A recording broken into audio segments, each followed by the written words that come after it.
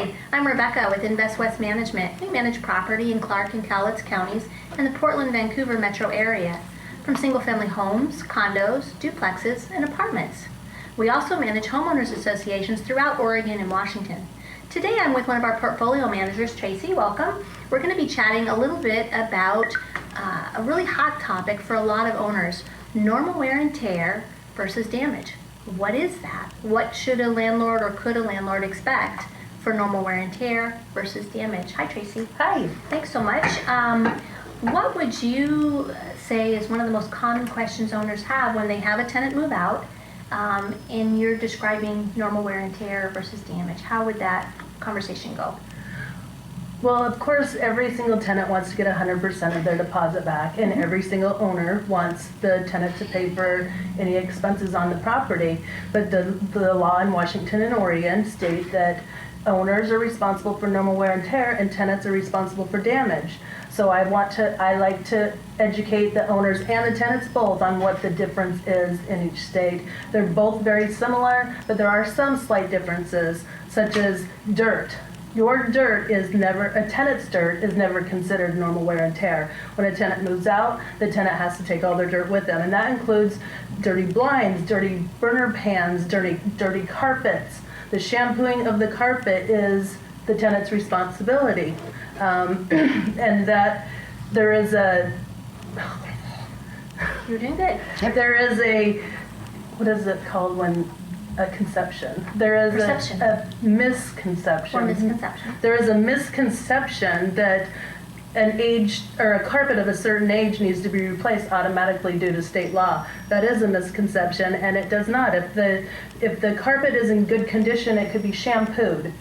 If it is in poor condition and it's old, then yes, it can be replaced. But the carpet does not automatically need to be replaced after a certain period of time. So cleanliness would be a different distinction Exactly. between age of carpet and depreciation for replacement value versus simply leaving it in clean condition. Exactly. So basically what I'm hearing you say is that tenants really need to leave the property clean. In clean condition. Can you think of an example of something that would be normal wear and tear that a tenant would not be responsible for? Yes, a big painting is a typical situation that comes up that owners want to bill back to the tenants. Painting typically is normal wear and tear unless there is a hole in the wall or unless tenants have hung up big items that require an anchor or something like that leaves a hole in the wall that needs to be repaired.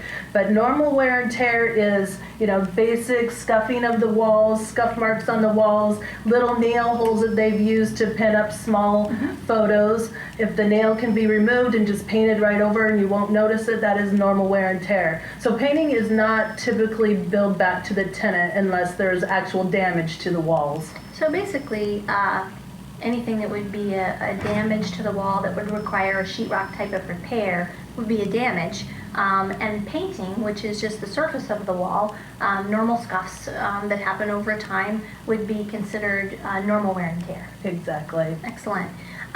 Do you find that tenants often don't understand the difference between normal wear and tear and damage? And if so, how do you try and educate them through that process? Yes, tenants typically think that, I guess the biggest one would be the carpet. They think that the carpet just automatically needs to be replaced after a certain period of time. So we do have a standard in the industry that, a useful life of a carpet, depending on how old it is, would be between 7 to 10 years. So if a tenant moves in, the carpet was new when they moved in, they lived there for 5 years, the carpet needs to be replaced after 5 years. If it was entry-level carpet, there's 2 more years left of that useful life of the carpet. So the tenant will be billed back a proration amount. So a depreciated amount for the life that was lost due to the damage. Correct. Do you find that having a move-in inspection and a move-out inspection is helpful in being able to assess the condition of the property prior to move-in and out? Yes, it is mandatory. It is the tenant's protection, it is the owner's protection to do a full move-in inspection and a full move-out inspection, including pictures at the move-in inspection and pictures at the move-out inspection. So your recommendation to an owner would be that's not a step to miss as part of the process, whether they choose to have a management company help them or if they're doing it on their own, that move-in and move-out inspection is critical part of the process. Absolutely. That is your protection to make sure that the tenants take care of your property and you are recovering any damages that they cause. And for any tenant who may want to balk at coming for a move-in or move-out inspection, I thought you shared very well that it's for their protection as well, so that there's a fair documentation of the condition of the property at move-in and move-out for the benefit of all. Well, thank you so much. This was great to learn a little bit more about normal wear and tear versus damage, and of course it may be vary depending on your state, but we appreciate you taking the time to listen, and if you have any questions on this or any other topic, we're happy to help. Thanks so much. Thank you.